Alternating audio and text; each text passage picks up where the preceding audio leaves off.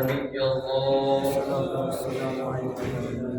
وعلى آلك وأصحابك يا نور الله صلى الله تعالى عليك وسلم نويت سنة الاعتكاف. أعوذ بالله من الشيطان الرجيم. بسم الله الرحمن الرحيم.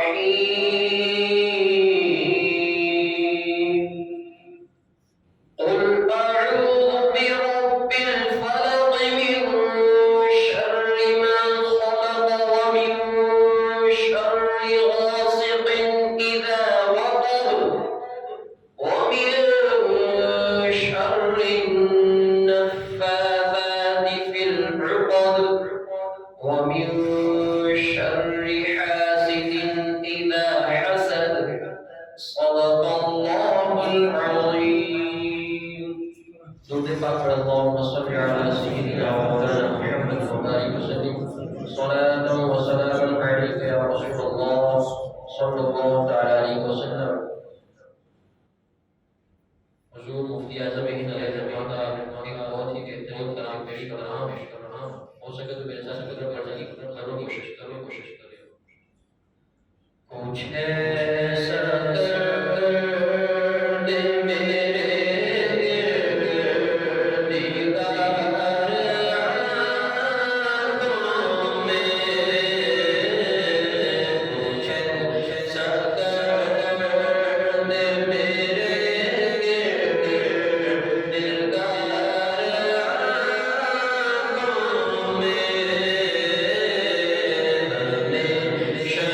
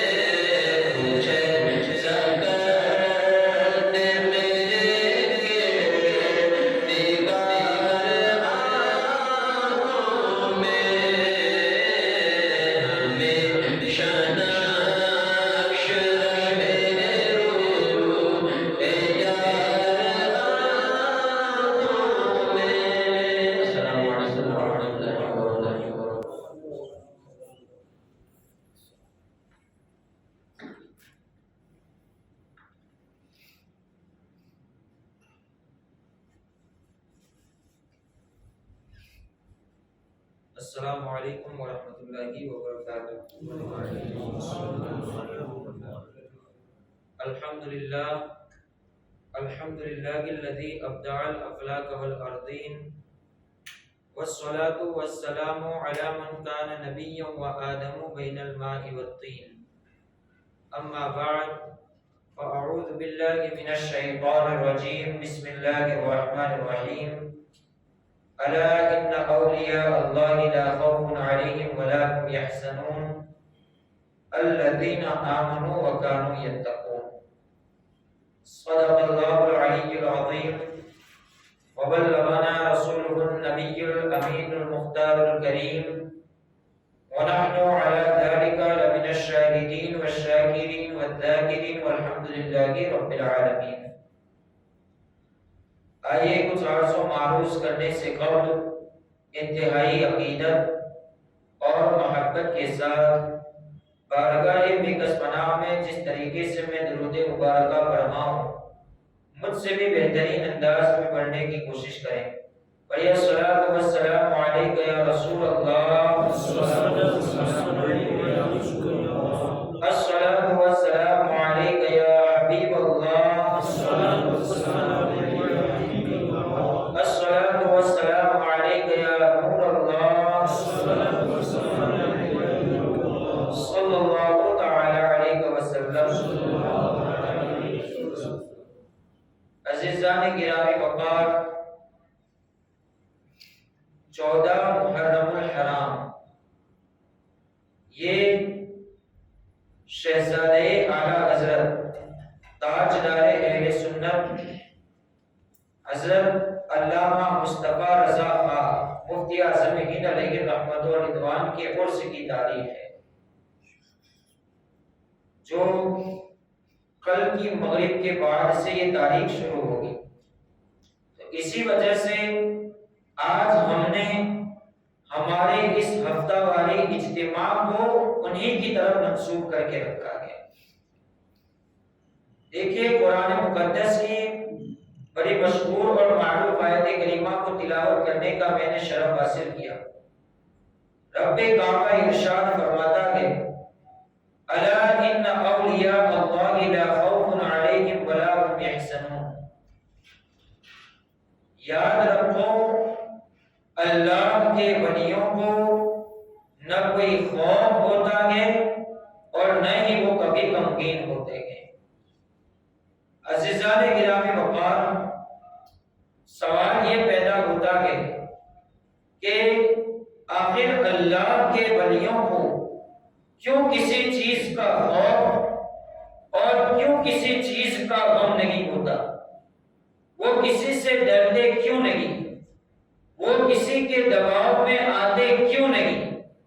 اگر ہم اس کو بخاری شریف کی حدیث پاک سے سمجھیں تو سمجھنا تھوڑا اور آسان ہو جائے گا۔ حضرت ابو ہریرہ رضی اللہ تعالیٰ عنہ سے روایت ہے کہ اللہ کے رسول صلی اللہ تعالیٰ علیہ وسلم نے یہ ارشاد فرمایا کہ خود اللہ رب العزت یہ ارشاد فرماتا ہے، من عادى لي وليا فقد آذنته بالحرب۔ جو کسی میرے ولی سے دشمنی کرتا ہے تو میری طرف سے اس کے لیے اعلان جنگ ہے۔ یہ اللہ رب العزت خود فرماتا ہے، یہ حدیث قدسی ہے۔ سرکار نے ارشاد فرمایا کہ اللہ خود ارشاد فرماتا ہے کہ جو میرے کسی ولی سے دشمنی کرتا ہے تو میری طرف سے اس کے لیے اعلان جنگ ہے۔ پھر آگے اللہ رب العزت ارشاد فرماتا ہے کہ یقیناً میرا جو خاص بندہ ہوتا ہے، جو میرا قرب حاصل کرنا چاہتا ہے، تو جن چیزوں کو میں نے اس پر فرض کیا ہے ان چیزوں کی ادائیگی کے بغیر وہ میرا بندہ قرب حاصل نہیں کر سکتا۔ میرا خاص بندہ جو ہوتا ہے وہ سب سے پہلے فرض چیزوں پر عمل کرتا ہے۔ اب ان میں بھی جو میرا قرب حاصل کرنا چاہتا ہے وہ نوافل کے اندر مصروف ہو جاتا ہے، نفل کاموں میں مشغول ہو جاتا ہے۔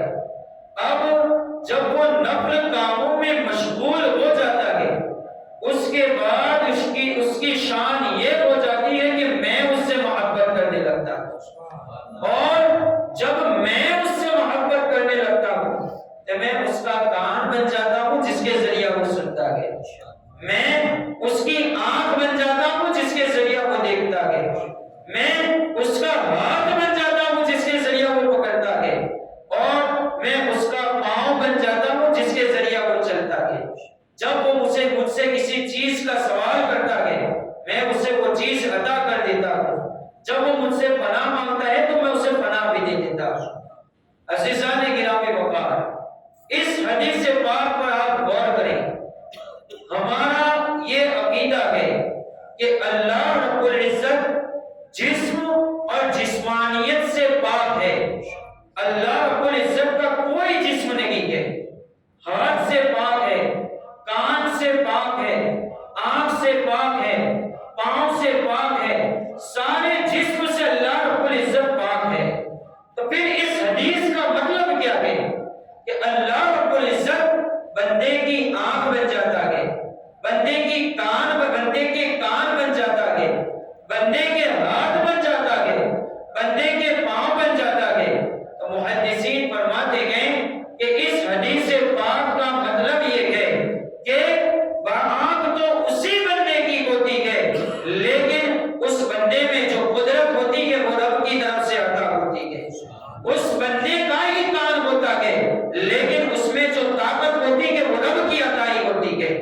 اس میں ہاتھ تو بندے ہی کا ہوتا ہے، لیکن اس میں پکڑنے کی جو طاقت ہوتی ہے نا وہ خدا عز و جل کی طرف سے خصوصی طور پر ہوا کرتی ہے۔ اسی طریقے سے پاؤں کا معاملہ، تو پورے جسم کے اندر بندے کا جسم ہوتا ہے، لیکن اس میں طاقت اور اس میں جو قدرت ہوتی ہے وہ اللہ رب العزت کی طرف سے خاص اس بندے کے لیے ہوا کرتی ہے۔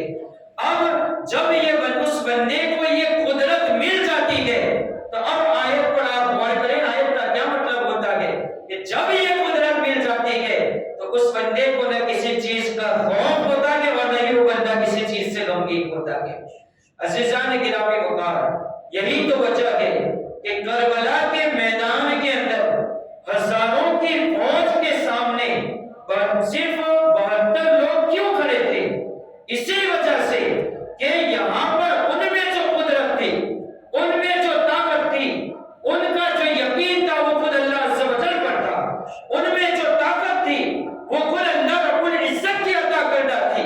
اسی وجہ سے وہ حق بن کر وہاں پر ڈٹے رہے، باطل کے سامنے جھکے نہیں، اس لیے کہ وہاں پر طاقت جو تھی وہ خود اللہ رب العزت کی عطا کردہ تھی، اور اسی طاقت کی بنیاد پر نہ انہیں کسی چیز کا خوف تھا اور نہیں وہ کسی چیز سے غمگین تھی۔ عزیزان گرامی وقار، اگر اس اعتبار سے دیکھنے چاہیں تو حضور مفتی اعظم ہند علیہ رحمت و رضوان کی سیرت کا آپ مطالعہ کریں، دیکھیے ایمرجنسی کا دور ہے، نسبندی کا دور ہے، حکومت کی طرف سے نسبندی کو لازم قرار دے دیا گیا ہے، قوم مسلم پریشان ہے کہ آخر کیا کیا جائے۔ ایک طرف سے شریعت کہہ رہی ہے کہ نسبندی کرانا حرام ہے، ایک طرف سے شریعت کا یہ فیصلہ ہے کہ یہ اللہ رب العزت کے بنائے گئے عصر کے اندر تبدیلی کرنا ہے، اس لیے یہ ہرگز جائز نہیں ہو سکتا، لیکن حکومت کی طرف سے فورس ہے کہ نسبندی لازمی طور پر کی جائے گی۔ نسبندی گویا حکومت کے قوانین کے اندر داخل ہو گئی ہے، کچھ مفتیان کرام بک بھی گئے ہیں حکومت کے ہاتھوں، کچھ لوگوں نے اپنے دروازے بند کر دیے ہیں، کوئی جواب دینے کے لیے تیار نہیں ہے۔ ایسے وقت کے اندر شہزادے اعلیٰ حضرت کھڑے ہوتے ہیں، ایسے وقت کے اندر تاجدار اہل سنت بریلی کی سرزمین پر کھڑے ہو کر کے یہ اعلان کرتے ہیں کہ نسبندی حرام ہے، نسبندی حرام ہے، نسبندی حرام ہے، کوئی بھی شریعت کے حکم کو نہیں بدل سکتا۔ عزیزان گرامی وقار، ایسے وقت میں جب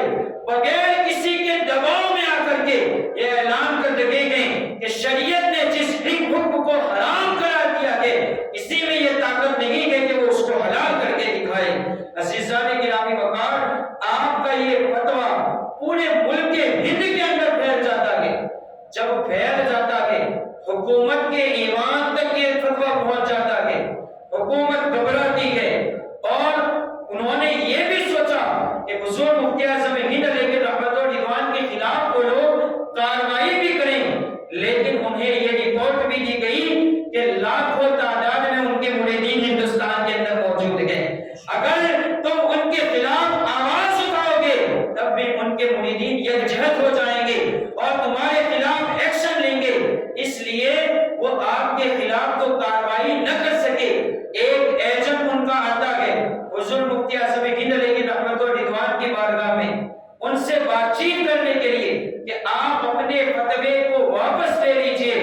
حضور مفتی اعظم ہند ابھی آپ نے اپنا چہرہ اس کی طرف کیا نہیں تھا، ابھی صرف اس کی بات سنی تھی، جیسے کہ حضور مفتی اعظم ہند علیہ رحمت و رضوان اس کلام کو سنتے ہیں، اس کی اس بات کو سنتے ہیں، جلال کے اندر آ جاتے ہیں، اور جب اس کی طرف چہرہ کرتے ہیں تو آپ کے جلال کو دیکھ کر بھی وہ ایجنٹ گھبرا جاتا ہے، اور حضور مفتی اعظم ہند علیہ رحمت و رضوان اس وقت یہ جملہ ارشاد فرماتے ہیں کہ حکومت بدل سکتی ہے لیکن شریعت نہیں بدل سکتی۔ عزیزان گرامی وقار، ایسے وقت میں بھی آپ دین پر استقامت پر رہے، دین پر قائم رہے، آپ نے کسی سے گھبرا کر کے اپنا فتویٰ واپس نہ لیا۔ آج بھی تاریخ گواہ ہے کہ آپ نے فتوے کو واپس نہیں لیا، حکومت بدل گئی لیکن شریعت نہیں بدلی۔ عزیزان گرامی وقار، اسی طریقے سے آپ دیکھیں جب بھی ان کو موقع ملتا شریعت کی بات بیان کرنے میں پیچھے نہیں ہٹتے تھے، بغیر کسی کے گھبرائے، کسی سے گھبرائے، بلا جھجک اپنی بات کو بیان کر دیتے تھے۔ ایک مرتبہ ٹرین کے اندر سفر کر رہے تھے، وہاں پر جس ڈبے کے اندر آپ گئے فوجیوں کا ڈبہ تھا، اب وہاں پر بہت بھیڑ بھاڑ تھی، آپ کے مریدین آپ کے ساتھ تھے، جیسے تیسے کر کے آپ ڈبے کے اندر داخل ہوئے۔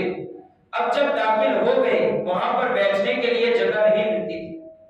عزیزان گرامی وقار، آپ کے کچھ مریدین نے کچھ فوجیوں سے درخواست کی کہ آپ ان کو تھوڑی سی جگہ دے دیں، ہمارے شیخ ہیں، مرشد ہیں۔ تو اس وقت ایک فوجی نے اپنا منہ بگاڑا اور تھوڑی سی جگہ خالی کر دی تاکہ حضور مفتی اعظم ہند علیہ رحمت و رضوان وہاں پر بیٹھ جائیں۔ آپ وہاں پر تشریف رکھتے ہیں، اب فوجی جو تھے وہ وہاں پر دین ہی کی باتیں کر رہے تھے۔ اب انہوں نے اسی زد میں آ کر کے حضرت عیسیٰ علیہ السلام اور حضرت مریم رضی اللہ تعالی عنہا کے حوالے سے اس طریقے کے نازیبہ کلمات استعمال کرنا شروع کر دیا کہ جو ایک مومن آدمی سن نہیں سکتا۔ ایسے وقت میں جب حضور مفتی اعظم ہند علیہ رحمت و رضوان کے کانوں پر یہ آواز پڑتی ہے، آپ فوراً کھڑے ہو جاتے ہیں، اس فوجی کو ڈانٹنے لگتے ہیں کہ خبردار خبردار، اگر تو نے ہمارے پیغمبر حضرت عیسیٰ کے بارے میں کچھ کہا یا ان کی والدہ حضرت مریم رضی اللہ تعالی عنہا کے کچھ حوالے سے کچھ کہا تو وہ فوجی کہتا ہے کہ شیخ آپ تو مسلمان ہیں، آپ عیسائی دین سے تعلق نہیں رکھتے ہیں، ہم نے تو جو برائی کی ہے وہ عیسائیوں کے پیغمبر کی ہے اور ان کی والدہ کی ہے۔ تو اس وقت مفتی اعظم ہند علیہ رحمت و رضوان جواب دیتے ہیں کہ یاد رکھو عیسائیوں نے تو ان کو اللہ کا بیٹا قرار دیا تھا، ہم ان کو اللہ کا نبی مانتے ہیں اور ہم ہی ان کو یقین والا ایمان ہم یقین والا ایمان ہم ہی انہیں پر لاتے ہیں۔ عزیزان گرامی وقار، اس فوجی نے جب یہ سنا تو حضور مفتی اعظم ہند علیہ رحمت و رضوان کے جلال کو دیکھ کر کے وہ وہیں پر اس نے اپنی بات کو ختم کر دیا، اپنی بات کو بالکل ختم کر دیا، بالکل خاموشی کے ساتھ بیٹھ گیا۔ آپ کے مریدین جو تھے وہ بیان کرتے ہیں کہ اس وقت گھبرا گئے، ہم لوگ گھبرا گئے تھے کہ کہیں ایسا نہ ہو فوجیوں کا ڈبہ ہے ہم پر حملہ آور ہو جائے یا کوئی لڑائی جھگڑا ہو جائے، لیکن ہمارے مرشد کے چہرے کے جلال کو دیکھ کر کے ان میں سے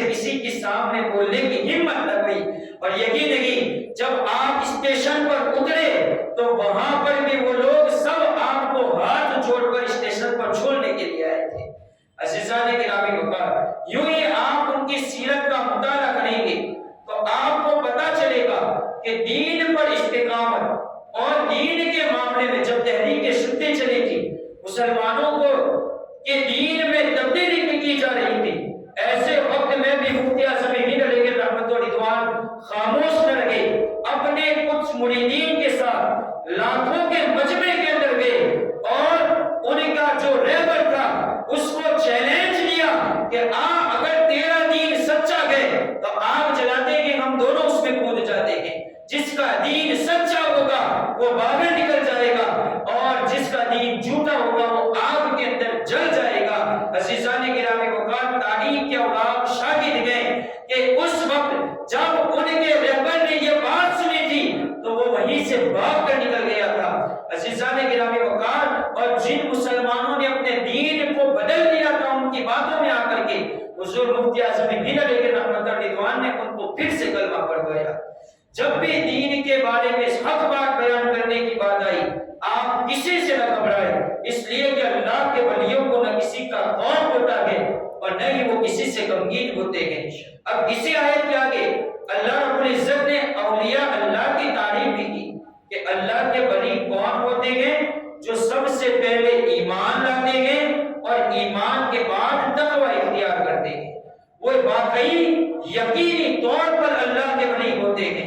ایسا نہیں کہ جو فرض نمازوں کو چھوڑ دیں اور پھر ولایت کا دعویٰ کر کے بیٹھیں۔ اسی طریقے سے جو سچا ولی ہوتا ہے، جو واقعی اللہ رب العزت کا برگزیدہ بندہ ہوتا ہے، وہ کبھی بھی فرائض کو چھوڑ کر کے ولایت کا دعویٰ ہرگز نہیں کرتا۔ عزیزان گرامی وقار، حضور مفتی اعظم ہند علیہ رحمت و رضوان کے تقوی کے حوالے سے صرف دو باتیں میں آپ کو بیان کرتا ہوں، میں اپنی گفتگو کو ختم کرتا ہوں۔ شیخ الاسلام لکھتے ہیں کہ حضور مفتی اعظم ہند رضی اللہ تعالی عنہ کا تقوی کیا تھا۔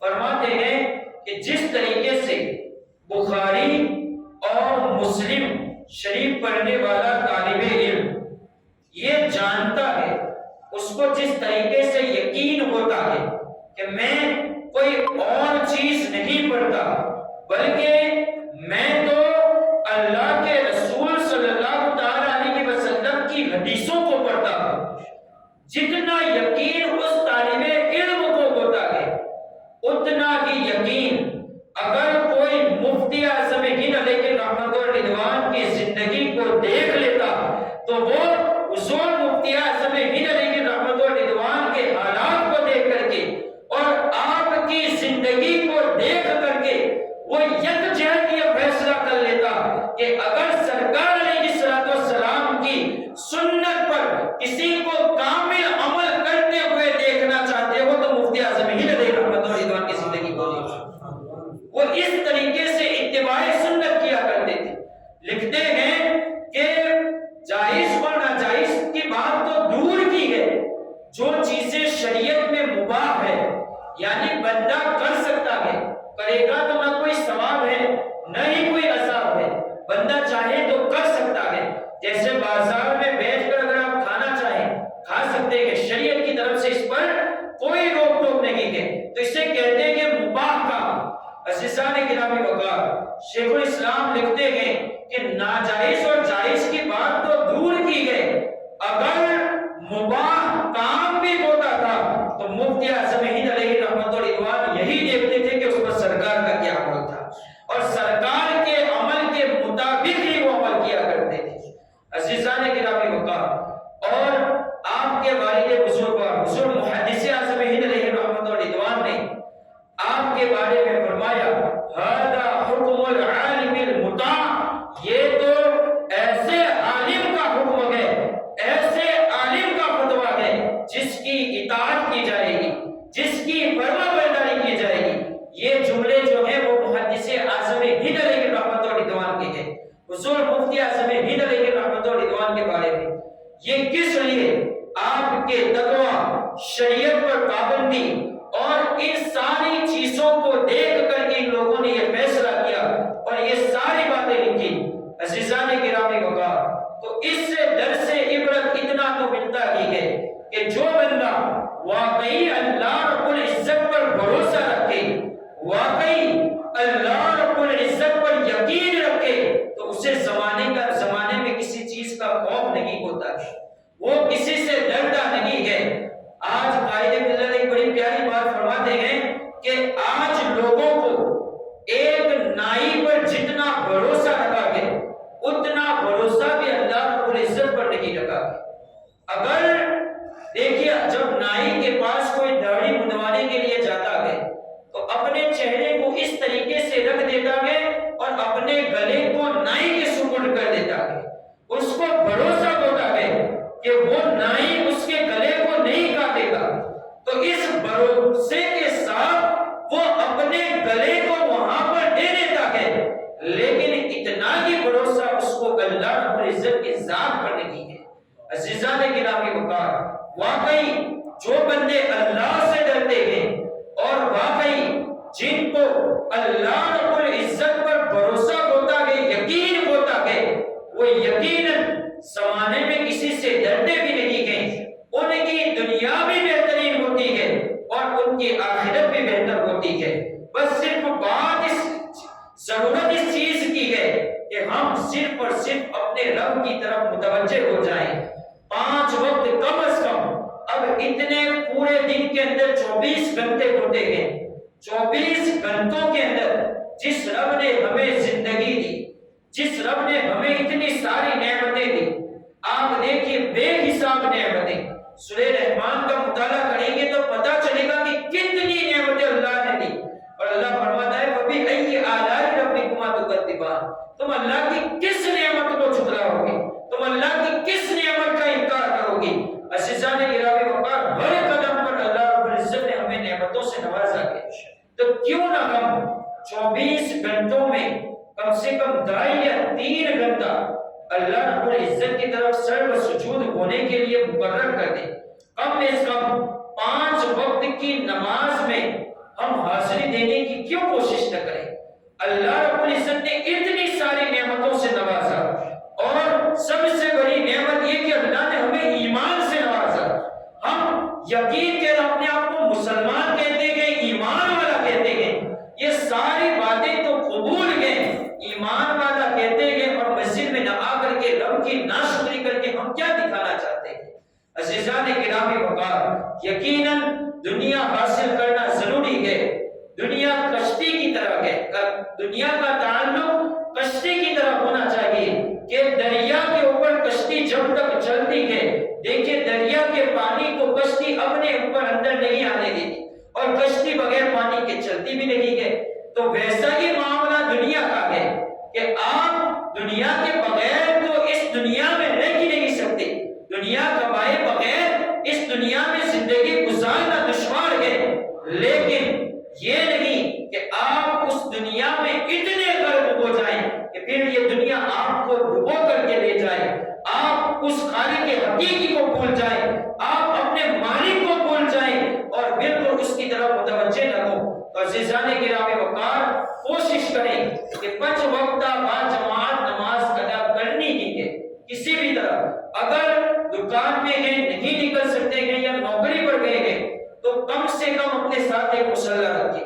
اگر وہاں پر آپ کو موقع مل جاتا ہے تو اکیلے ہی نماز پڑھ لیں، لیکن نماز کا اہتمام کرنے کی ضرور کوشش کریں۔ آخر میں اللہ عز و جل کی بارگاہ میں دعا ہے کہ اگر کوئی خطا ہو گئی، وہ کوئی لغزش ہو گئی، تو اللہ عز و جل معاف فرمائے۔ وما علینا الا البلاغ۔ السلام علیکم ورحمۃ اللہ وبرکاتہ۔